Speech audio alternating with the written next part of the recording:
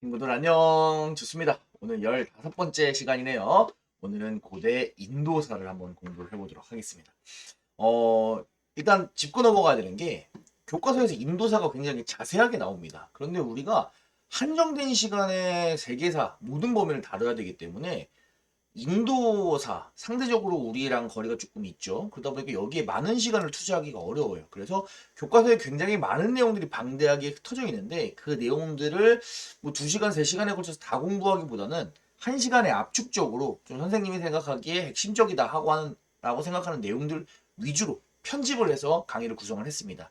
그래서 여러분들 그 점 반드시 생각을 해주시고 수업을 진행을 해주시면 좋을 것 같습니다. 자, 그래서 어떤 거를 핵심으로 할 거냐? 딱 5가지만 볼 거예요. 첫째, 2가지 종교에 대해서 볼 겁니다. 불교와 힌두교에 대해서 볼 거예요. 그리고 3가지 국가에 대해서 공부할 거예요. 마우리아 왕조, 쿠시안 왕조, 쿠타 왕조. 이렇게 3가지 왕조에 대해서 공부를 할 겁니다. 오늘 다 공부하는 거 아니에요? 라고 얘기할 수도 있겠지만 어떻게 보면 또 그럴 수도 있겠네요. 근데 이제 중요 내용들 위주로 공부를 한번 해보도록 하겠습니다.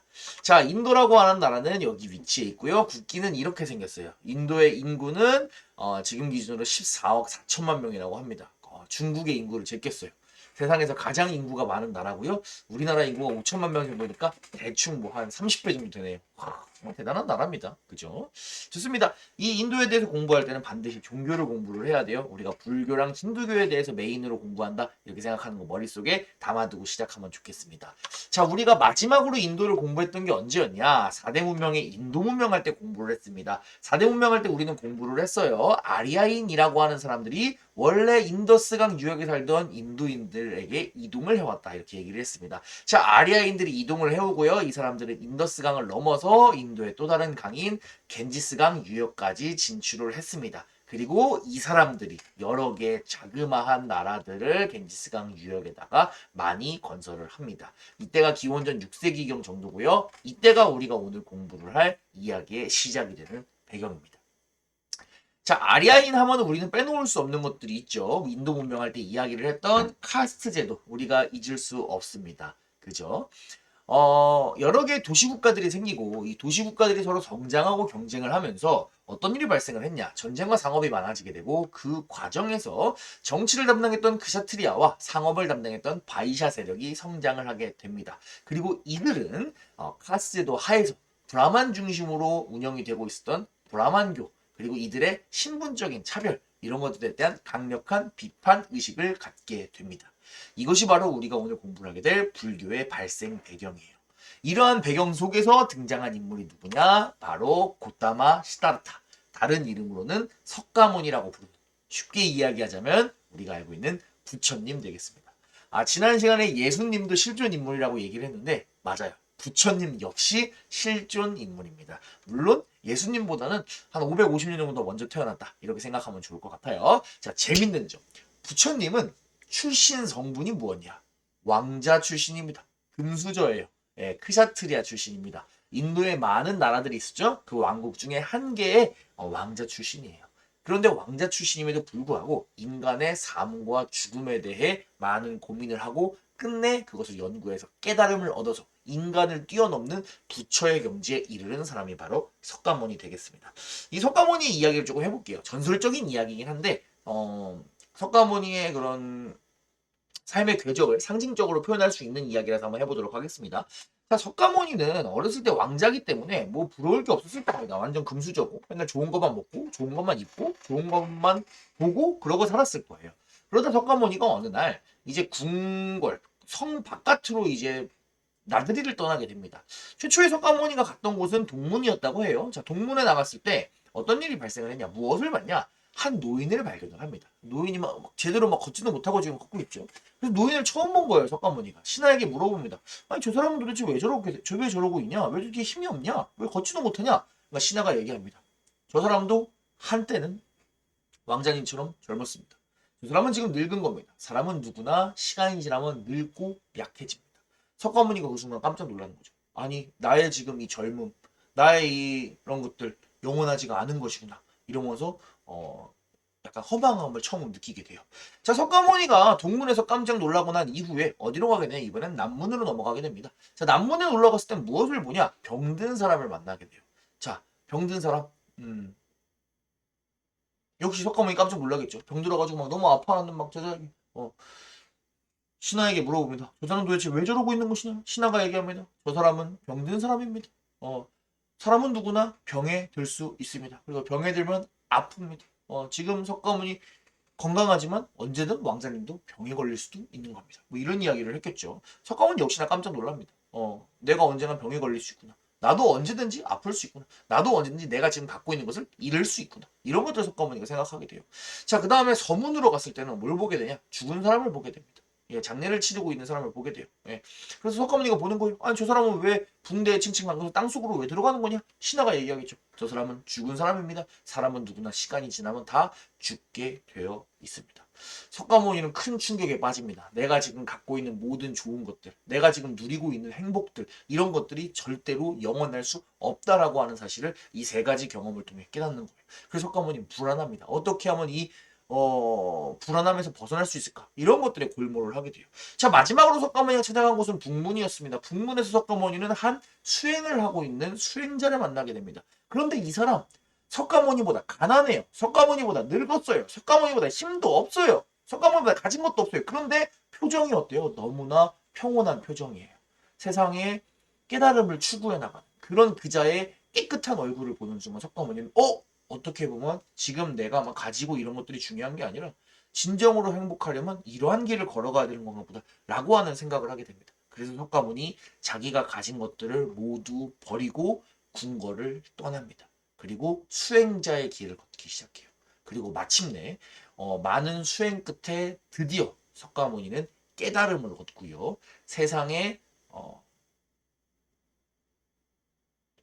자기를 괴롭히는 사람들을 힘들게 하는 그런 죽음, 삶 이런 것들 모든 것에 대해서 득도 깨달음을 얻게 됩니다. 그래서 이제 부처의 경지에 이르렀다라고 우리가 이야기를 합니다. 깨달음을 얻기 위해 고행하고 있는 석가모니의 모습을 표현한 작품이에요. 자, 석가모니가 생각하기에 당시 사람들이 생각하기에 삶은 고통입니다. 왜? 우리의 삶은 번뇌로 가득 차 있습니다. 불교 용어예요. 자, 번뇌는 무엇이냐? 인간을 불행하게 하는 마음이에요. 자, 사람들은 누구나 다 욕심을 갖고 있습니다. 분노합니다. 그리고 무지하기까지 해요. 그렇기 때문에 인간은 이러한 번뇌에서 벗어날 수가 없습니다. 그렇기 때문에 우리의 삶은 고통으로 가득 차 있는 거예요. 삶이 고통스럽잖아요. 그죠? 행복하기도 하지만 고통이 삶에 가득합니다. 자, 우리 이렇게 생각할 수 있어요. 삶이 고통이라면 이 고통에서 벗어날 수 있는 가장 좋은 방법은 뭐예요? 삶이 고통이면? 죽어버리면 되죠. 그죠? 파격적인 방법이지만 논리적으로는 그렇잖아요. 근데 죽는다고 문제 해결 안 됩니다. 왜? 이 당시의 사람들 윤회 사상을 갖고 있어요. 자, 윤회는 무엇이냐? 사람이 죽은 다음에 다시 태어난다는 거예요. 죽으면 또다시 태어나고, 죽으면 또다시 태어나고, 죽으면 또다시 태어나는 거예요. 삶이 괴롭다 그래서 죽는다 그래서 그게 해결되지 않아요. 계속 다시 태어나면서 그 고통은 영원히 지속되는 겁니다. 다시 죽고 태어나고 전생 이런 거 들어봤죠? 그런 것도 우리가 윤회라고 얘기를 합니다. 자, 결국 우리가 고민해야 되는 건 뭐예요? 어떻게 해서 이 영원한 고통에서 우리 삶에 항상 존재하는 이 고통에서 인간은 어떻게 벗어날 수 있을까? 그것을 고민을 했던 것이 바로 석가모니 되겠습니다. 자, 석가모니는 마침내 깨닫습니다. 어떻게 하면 되냐? 석가모니 이렇게 이야기를 합니다. 올바르게 수행하면 누구나 다 번뇌에서 벗어나서 누구나 부처가 될 수 있다. 이렇게 주장을 합니다. 석가모니가 이야기했던 올바른 수행이라는 너무 지나치게 쾌락을 쫓아서도 안 되고요. 그렇다고 너무 엄격하게 그런 종교적인 계율을 적용해서도 안 되고요. 그렇다고 또 너무 엄격하게 자기 자신을 몰아붙여서도 안 되고 적당한 수준의 올바른 수행을 지속적으로 해 나가면은 인간이 번뇌에서 벗어날 수 있다라고 얘기를 했습니다. 그리고 그러한 단계에 이르면 우리는 깨달음을 얻는데 그것을 뭐라고 얘기를 하냐? 해탈했다고 합니다. 인간을 괴롭히는 모든 번뇌에서 벗어나서 세상의 진리와 삶과 죽음에 대해서 깨우친 사람, 우리는 그것을 해탈이라고 하고요. 그런 것을 이룬 사람을 우리가 부처라고 얘기를 합니다. 석가모니는 이 부처의 단계에 이르는 거예요. 자, 석가모니는 뭐라고 얘기를 하냐? 누구나 다 깨달음을 얻을 수 있다. 누구나 평등입니다. 뭐 브라만만, 크샤트리아만, 바이샤만, 뭐 아리아인만 아닙니다. 누구나 다 평등하게 깨달음을 얻을 수 있다라고 주장을 했어요. 그래서 우리가 석가모니 주요상 첫 번째 평등을 이야기할 수 있습니다. 자, 두 번째 인간을 괴롭히는 건 뭐예요? 번뇌예요. 가장 번뇌에서 핵심적인 게 뭐예요? 욕심입니다. 우리가 욕심을 버리려면 어떻게 해야 돼요? 자기가 가진 것을 남에게 나누어야 줘야 됩니다. 하지만 남에게 나누어 준다라고 하는 어떻게 보면은 이 좋은 행위조차도 인간은 욕심을 갖고 올 수밖에 없어요. 왜? 내가 남에게 나누어 주면서 우리 당연히 뭘 생각해요? 대가를 바라잖아요. 내가 이만큼 해주면 이 사람도 나한테 해줄 거다. 근데 이거는 베푸는 게 아니라는 거예요. 자, 진정으로 우리가 베푸는 행동을 뭐라 그러냐? 남의 어려움을 도울 때 어떻게? 무조건적으로 도와라. 그 사람을 사랑하기를 대가를 바라지 말고 무조건적으로 사랑을 해라. 우린 이것을 어려운 말로 자비라고 합니다. 석가모니의 두 번째 주요 사상이에요. 그래서 우리가 이렇게 가진 것을 아무런 대가 없이 남에게 내려놓을 수 있을 때 인간의 탐욕에서 우리가 벗어날 수 있게 되고 끝끝내 우리는 번뇌에서 자유로워질 수 있다. 그래서 우리는 깨달음을 얻어서 부처가 될 수 있다. 그리고 우리는 마침내 삶 고통으로 대표되는 삶이 반복되는 이 윤회의 고통에서 마침내 벗어나고 이 굴레를 끊어낼 수 있다. 라고 주장했던 것이 바로 석가모니 되겠습니다. 되게 재밌지 않아요? 뭐가 재밌냐? 자, 이거예요. 종교적으로 되게 특이합니다. 보통 우리가 알고 있는 종교들, 예를 들어서 크리스트교만 생각해봐도 그래요. 크리스트교에서는 이렇게 얘기합니다. 인간은 부족한 존재예요. 누구에 비해서? 신에 비해서. 그렇기 때문에 누구를 통해서만 구원받을 수 있어요? 신을 사랑하는 절대자인 인간을 사랑하는 절대자인 신을 통해서만 구원을 받을 수 있는 거예요.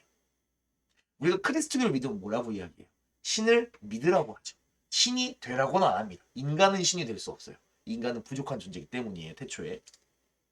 자, 그런데 불교에서는 뭐라고 주장해요? 네가 올바르게 수행만 한다면 너도 번뇌를 끊고 부처가 될 수 있다. 이렇게 이야기를 합니다. 어떻게 보면 신이 되라고 가르치는 거죠. 여러분 마음속에 다 한 명씩 부처가 있다. 라고 주장을 하는 되게 어떻게 보면은 신선하다고 해야 될까요? 그런 좀 독특한 종교가 불교다 이렇게 여러분이 이해할 수 있을 것 같습니다. 자, 아무튼 석가모니의 주요 사상. 평등과 자비. 당연히 많은 사람들에게 인기가 많았겠죠. 특히 브라만 중심으로 종교가 짜여져 있는 브라만교. 카스트 아래에서 차별받았던 사람들이 불교를 많이 믿었을 거예요. 그래서 인도에서 불교가 많이 퍼지게 되었다. 이렇게 얘기할 수 있겠네요. 자, 그럼 불교 이야기는 조금 했고 지금 본격적으로 세계의 왕조에 대해서 공부해 보겠습니다. 우리가 인도에서 공부할 첫 번째 왕조는 마우리아 왕조예요. 마우리아 왕조는 인도 북부를 최초로 통일한 국가입니다. 영토가 상당히 넓네요. 자, 우리나라로 따지면 고조선이 있을 때고요. 중국으로 따지면 진나라의 진시황이 중국을 통일할 때 즈음에, 그다음에 유럽으로 따지면은 알렉산드로스 제국의 알렉산드로스가 등장했을 즈음에가 될 것 같습니다. 자, 우리가 마우리아 왕조의 유명한 사람 한 명만 기억할게요. 바로 아소카 왕이라고 하는 왕입니다. 인도 사람들이 좋아하는 왕이고요. 마우리아 왕조의 전성기를 이끌었던 사람이에요. 이 사람 이렇게 넓은 영토를 차지한 사람입니다. 자, 넓은 영토를 차지하려면 뭘 해야 돼요? 전쟁을 많이 합니다. 이 사람 전쟁을 너무 많이 했어요. 굉장히 참혹한 짓을 많이 저질렀습니다. 사람도 많이 죽였어요. 그래서 그러다 보니까 뭐예요? 깨닫는 거예요. 이대로 하면 안 되겠구나. 이 죽임이나 이런 것들을 내가 끊어야 되겠구나. 라고 생각하면서 이 사람 불교에 귀의하게 됩니다. 그리고 불교의 가르침을 인도에다가 널리 전파하는 거예요. 하나의 에피소드를 말씀드리겠습니다. 자, 아소카 왕이 어느 날 자기가 정복한 어떤 지역에 갔습니다. 그런데 그 지역 뭔가 분위기가 심상치 않아요. 전쟁이 끝났으니까 당연히 뒤숭숭하겠죠. 그런데 뭔가 바닥이 질적질적해요. 바닥이 첨벙첨벙합니다. 질적도 아니고 첨벙첨벙해. 발목까지 물이 차 있어요. 그래서 이제 뭐 아소카 왕이 생각하겠죠. 뭐 비가 왔나? 뭐 이렇게 첨벙첨벙한 거야? 이랬는데 가만 보니까 물이 빨간색이에요. 왜 빨간색이었을까요? 네, 맞아요. 자기 학살한 사람들의 피였던 겁니다. 그러니까 아소카만 크게 깨닫죠. 이건 아니다. 이대로 가서는 안 된다. 네. 그 이야기 한번 읽어보도록 하겠습니다. 칼린가를 정복하면서 나는 돌이킬 수 없는 양심의 가책을 느꼈다. 그들의 영토가 시체로 뒤덮인 처참한 광경을 보면서 나의 가슴은 찢어졌다. 앞으로 나는 오직 진리에 맞는 법만을 실천하고 하는 것이다. 이런 이야기를 하면서 불교에 귀의합니다. 그래서 아소카 왕의 업적이 무엇이냐? 이 불교를 인도 곳곳에 전파하는 업적을 갖게 됩니다. 여러 가지 불탑들, 탑 같은 걸 많이 세워요. 우리나라에 있는 탑이랑 모양이 조금 다르네요. 최초의 불탑이라는 평가를 받고 있는 산치대탑이라고 하는 탑을 세웁니다. 아소카 왕이요. 그러면서 여러 지역에 불교를 전파하는 거예요. 자, 이 사람 인도 곳곳에다가 돌기둥을 세웁니다. 자, 이 돌기둥 아소카 왕의 돌기둥이라고 불리는 거예요. 자, 보게 되면은 돌기둥 꼭대기에는 사자가 장식되어 있습니다. 지혜와 그 다음에 아소카 왕의 왕으로서의 어떤 권위 이런 것들을 상징을 하는 거고요. 이 사자는 누구 위에 올라가 있냐? 불교에서 중요하게 생각하는 진리의 수레바퀴 위에 올라가 있어요. 그러니까 뭘 상징하는 거예요? 불교를 상징하는 거예요. 이 불교를 상징하는 상징물들을 인도 곳곳에다가 세워놓음으로써 그다음에 거기다가 뭐예요? 왕을 상징하는 것까지 같이 세웠잖아요. 그러니까 왕의 어떠한 힘으로 이 불교를 전파를 하겠다라고 하는 이야기를 우리가 유추를 할 수 있겠네요. 자, 그래서 아소카 왕 불교 전파 잘 기억을 해주시기 바랍니다. 마우리아 왕조 때 유행했던 불교는 우리가 상좌부 불교라고 이야기를 해요. 선생님 불교에 무슨 어떤 불교가 있고 저런 불교가 있고 이딴 불교가 있고 뭐 저런 불교가 있나요? 아 무슨 얘기냐? 석가모니가 죽고 나서 사람들끼리 어떻게 해서 불교를 믿을 것이냐 이렇게 가르침들이 나눠지게 됩니다. 그때 사람들끼리 모여가지고 좀 정리를 해요. 우리 어떻게 하는 것이 진짜 불교를 믿는 걸까? 어떻게 하는 것이 맞을까? 지금 석가모니는 이미 돌아가셨지만 부처님이 이미 돌아가셨지만 남아있는 우리끼리 어떻게 할 것인가? 이런 것들을 사람들이 모여서 회의를 합니다. 그때 나온 결론이 뭐였냐면 진짜 중요한 건 어쨌든 돌아가신 부처님 석가모니의 가르침을 충실히 따르는 거다. 우리 열심히 올바르게 수행해서 각자 개개인이 깨달음을 얻자, 해탈을 하자라고 하는 것을 중요하게 생각을 합니다. 그래서 우리가 이것을 개인의 해탈을 강조했다라고 표현을 하고요. 이 불교를 우리가 흔히 상좌부 불교라고 이야기를 합니다. 좋습니다. 왜 굳이 갑자기 이걸 얘기를 하냐? 조금 이따 나오는 왕조에서 상좌부 불교랑 반대되는 개념에 대해서 배울 거라서 지금 잠깐 맛보기를 한 거예요. 자, 우리가 두 번째로 공부를 하게 될 왕조는 쿠시안 왕조입니다. 마우리아 왕조가 무너지고 분열되었던 북인도 지역을 다시 통일한 게 쿠시안 왕조가 되겠습니다. 우리나라로 따지면 삼국시대 초기고요. 중국으로 따지면 한나라, 유럽으로 따지면 제정 로마가 있을 때 이야기다 생각을 해주시면 좋겠어요. 대충 감각이 오죠. 자, 이 쿠시안 왕조 때 유행했던 거는 대승불교라고 이야기를 합니다. 대승불교의 대는 뭐냐? 큰 대자예요. 승은 뭐냐? 수레예요. 수레가 크면 어때요? 많은 사람을 수레에 태울 수 있죠. 무슨 이야기냐? 최초에는 상좌부 불교에서 개인의 해탈, 우리가 석가모니의 가르침을 따라서 열심히 해탈하는 것이 중요하다고 이야기를 했어요. 근데 시간이 지나다 보니까 뭔가 아쉬운 거예요. 자, 석가모니는 뭐라고 이야기를 했어요? 자기가 가진 걸 어떻게 해야 돼요? 남에게 베풀어야 된다고 얘기했습니다. 그것도 조건 없이 무조건적으로 사랑을 베풀라고 이야기를 했습니다. 하물며 그럴진데 내가 만약에 깨달음을 얻을 수 있어요. 그러면 나 혼자 해탈해서 부처가 되는 게 중요할까요? 아니면은 아직 깨달음을 얻지 못해서 영원한 고통 속에 허덕이고 있는 수많은 일반인들, 우리가 이런 것들을 중생이라고 이야기를 합니다. 이 중생들을 도와주는 게 중요할까요? 어떤 게 더 좋은, 어떤 게 더 부처에 어울리는 행동이라고 볼 수 있어요? 네. 사람들이 생각하기에 쿠샤낭주의 사람들이 생각하기에는 후자라고 생각을 했던 거예요. 많은 사람들의 우리가 구제를 해줘야 된다. 나 혼자 개인 해탈하는 것은 중요하지 않다. 라고 이야기를 했던 게 바로 그래서 우리가 큰 수레에다가 많은 사람을 태워라. 그리고 다 같이 해탈을 해라. 그럴 수 있게 네가 도와주어라. 라고 하는 이야기는 대승불교가 유행을 하게 됩니다. 아마 여러분들 어디서 대승불교의 반대말로 소승불교라고 하는 말을 들어본 적이 있을 거예요. 요새는 안 쓰는 용어인데 어디서 이 소승불교라고 하는 용어를 아직도 쓰고 있는지 모르겠는데 많이 들어보더라고요. 또 공부를 옛날에 했던 친구들은 옛날에 했던 분들은 소승불교라고 하는 용어를 배웠을 거예요. 사실 선생님도 학교 다닐 때는 소승불교라고 하는 용어를 배웠습니다.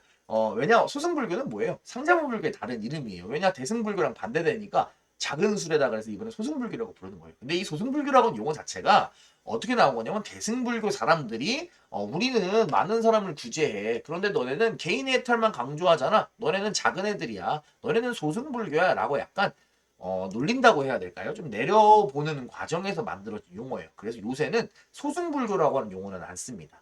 그런데 선생님 굳이 왜 이 얘기를 하냐? 아직도 굉장히 많은 곳에서 소승불교라고 하는 용어를 한국에서 써요. 그래서 여러분들이 다른 데서 공부를 하다가 어디선가 소승불교라는 용어를 들어요. 그러면은 뭔가 새로운 종교인가 생각하지 말고 상좌부 불교를 옛날에 부르던 말이구나. 이렇게 생각을 해주시면 좋을 것 같습니다. 굳이 소승불교는 여기다 필기는 하지 않을게요. 자, 이 대승불교와 상좌부 불교는 어떻게 되냐?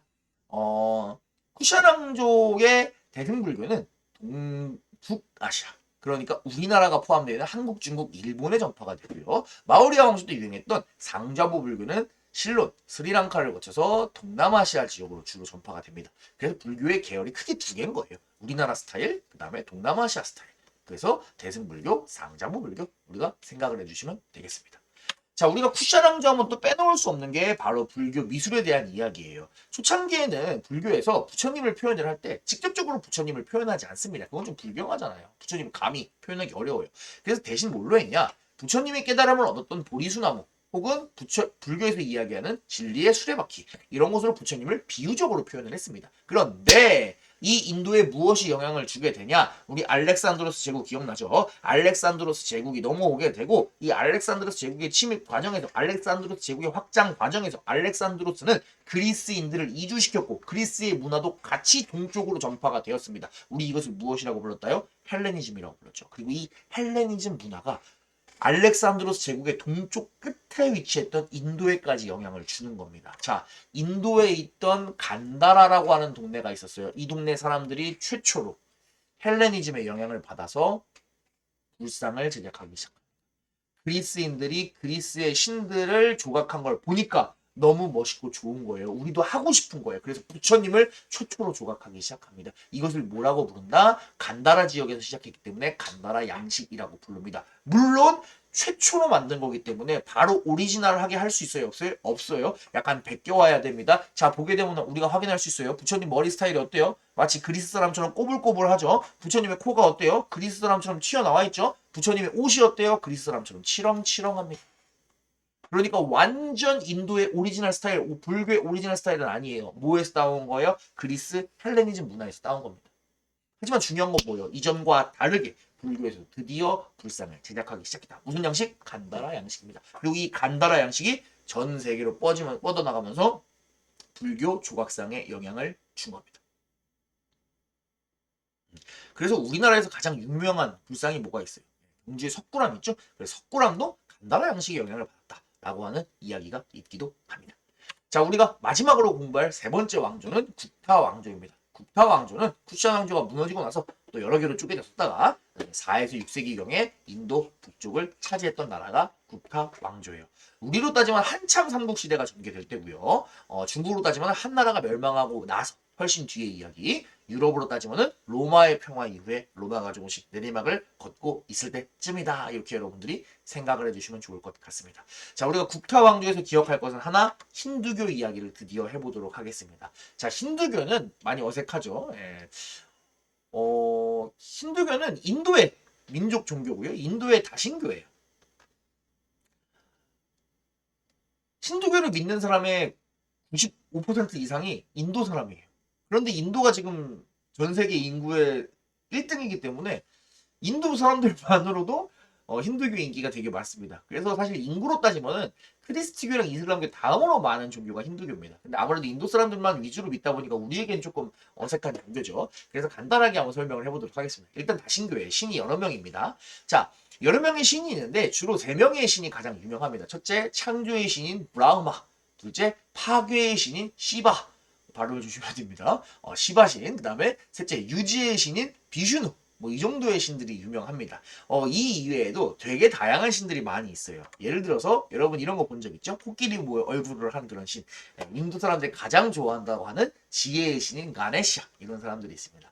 자, 힌두교라고 하는 종교 자체가 갑자기 뿅 생긴 게 아니라 인도의 전통 속에서 조금씩 야금야금 생깁니다. 자, 기본적인 베이스는 브라만교에 깔고 있어요. 근데 이 브라만교에다가 불교가 더해지고요. 민간 신앙이 합쳐지면서 힌두교가 나오게 됩니다. 불교가 여기 융합되다 보니까 힌두교에서는 석가모니조차도 힌두교의 한 신 중에 한 명이다. 이런 식으로 생각을 하는 경향이 있다고 해요. 굉장히 재미가 있죠. 좋습니다. 이 힌두교, 브라만교를 기본 베이스로 하고 있기 때문에 당연히 무엇을 인정할까요? 브라만교가 위에 서 있는 카스트 제도를 인정을 할 수밖에 없습니다. 근데 재밌는 것이 무엇이냐? 브라만교를 베이스로 하고 있지만 브라만교랑 다르게 복잡한 제사의식 같은 거 없고요. 개인이 요가나 고행이나 선행 같은 것을 하면 얼마든지 해탈할 수 있다라고 가르쳤다고 해요. 그러다 보니까 모든 사람들에게 인기가 많았겠죠. 브라만만 좋은 거야? 라고 얘기를 하면은 아무래도 브라만이 모든 걸 독점할 거야! 라고 얘기하면 인기가 없었을 겁니다. 또 하나, 이 시기에 힌두교가 막 이제 국타왕조 때 뜰 수 있었던 이유 중에 하나가 뭐냐면 왕이 있잖아요, 왕. 왕이 바로 비슈누가 왕의 모습으로 현실에 나타난 것이다 라고 주장을 했기 때문에 왕도 굉장히 힌두교를 좋아를 했어요. 그러면서 이제 힌두교를 널리 이제 전파를 했던 거죠. 네. 힌두교가 브라만교랑 차이점이 있다고 하지만 그래도 이 카스트 제도를 인정을 할 수밖에 없습니다. 그 이야기를 한번 해볼게요. 사람들 궁금할 겁니다. 카스트를 인정하는데 어떻게 인기가 있을 수 있지? 카스트는 차별적인 건데. 좋습니다. 그 얘기를 한번 해보도록 할게요. 힌두교는 확실히 카스트 제도의 신분 차별을 인정을 합니다. 여태까지 우리가 얘기를 했던 뭐 크리스티교도 평등하고 그 다음에 불교도 평등했는데 힌두교는 좀 달라요. 자, 근데 단 이대로만 하면은 인기가 없겠죠. 이 차별이 인정받는 이유가 있어요. 자신의 카스트에 따른 의무를 충실히 이행하면 다음 생애에는 윤회하잖아요, 인간이. 다음 생애에는 더 높은 카스트로 태어날 수 있다고 주장한 거예요. 자, 한번 인도의 사료에서 한번 찾아보도록 합시다. 만우법전이란 글이에요. 자, 창조주는 각자의 일을 정하였다. 브라만에게는 배달을 가르치며 제사를 지내는 일을, 크샤트리아에게는 백성을 보호하고 다스릴 것을, 마이샤에게는 농사를 지킬 것을, 마지막으로 수드라에게는 새 신분에게 봉사하는 임무. 인간이 평등하다는 거예요? 안 평등하다는 거예요? 안 평등하다는 거예요. 사람이 날 때 신분 네 가지를 갖고 태어난대요. 그런데 그 네 개는 전부 다 할 일이 다르다는 거예요. 그러니까 네 신분에 맞는 일을 네가 해야 돼 라고 주장을 한 겁니다. 어떻게 보면 굉장히 차별적이죠. 아니 이런 걸 어떻게 받아들여? 나 같으면 내가 수두라면 정말 싫을 것 같은데, 내가 바이샤면 정말 싫을 것 같은데, 이런 생각을 하게 되겠죠. 자, 그 뒷얘기를 한번 보도록 하겠습니다. 마하바라타.